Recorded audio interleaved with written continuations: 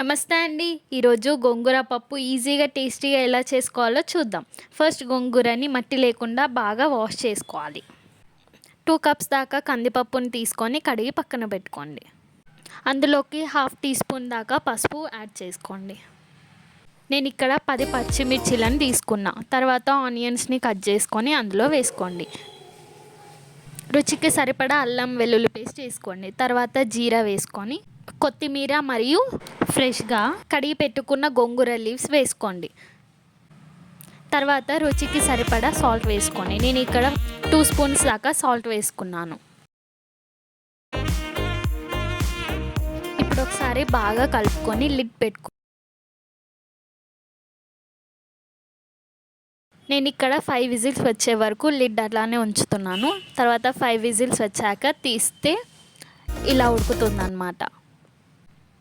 ఇప్పుడు ఒకసారి బాగా కలుపుకొని తర్వాత పప్పు గుత్తితో రుబ్బండి. నేను ఇక్కడ వీడియో తీయడం మర్చిపోయాను, మీరు రుబ్బుకోండి.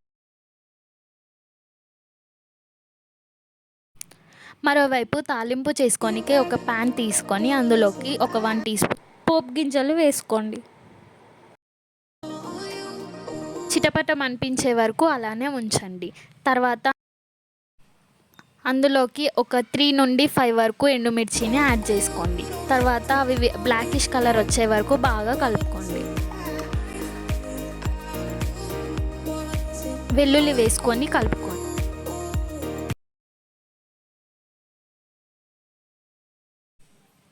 కరివేపాకు వేసుకొని చిటికెడు పసుపు వేసుకొని ఫైనల్గా ఒకసారి కలిపేసుకోండి.